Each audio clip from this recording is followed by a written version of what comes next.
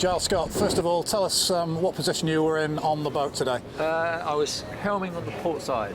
Okay, so it was a pretty classic Palma day today. Breeze was pumping, pretty bumpy in the rib for us, but describe the conditions if you could from your point of view. Yeah, it was an awesome day. We've been looking forward to today for quite, almost all week, because the forecast has been good for today for quite some time. Yeah, it was southeasterlies, 15 to 18 knots with a building sea state. So yeah, great conditions for sure. What was the goals that you set yourself when you left the dock this morning? What was the plan? Well, we've done a good few days in the 40 now, but with the weather here, we've not had any real windy days. So it was nice to be able to get out a little bit up range, not all the way to the top of the range, but up range for sure, and into a bit of sea state as well. We saw you with the J2 originally, and then pretty quickly changed to the J3. Yeah, makes a big difference. Yeah, it does. These boats seem to like getting onto the smaller jib codes pretty early. So we saw you do some fast laps of the bay.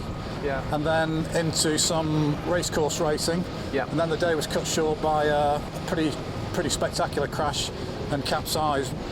We saw you go around the windward mark, take off down the run, and then pull off what looked like a very high-speed gybe. Yeah. Then it seemed to all go wrong. Can you just talk us through that little scenario? Yeah, we had a little mishap on the exit of one of our gybes. Ended up losing the rudder, which is pretty easy to do in these boats, and it ended up with a nosedive, and yeah, we rolled over, unfortunately.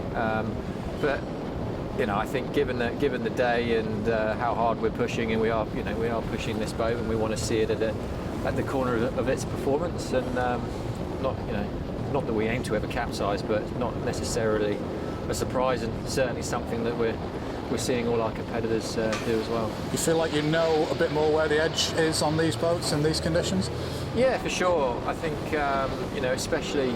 especially with the sea state, that's really what makes it tricky with these boats. The margins between being able to foil and be able to hit your can angles and not touch down with the bustle is your margin is almost nothing in sea state like that. So yeah, for sure it was a great day, and unfortunately ended with a capsize, which is frustrating, but it's all part of it. So just to be clear, this was we're going to put it down to with all respect, a user error rather than a problem with the boat. Yeah, no, there was for sure the capsize happened because of user error. We had a bit of issue with the boat once it was on its side. It took us a reasonably long time to get it upright because we lost authority over one of the can arms. But yeah, fortunately, no major dramas, and able to get the boat back to the dock safely. Fantastic. What does it look like for the rest of the week now? We'll have to see how the boat is. The guys will have a good look over it once we get it in, and then we'll make a call on that tonight. Great. Thanks for talking to us, Giles. All right.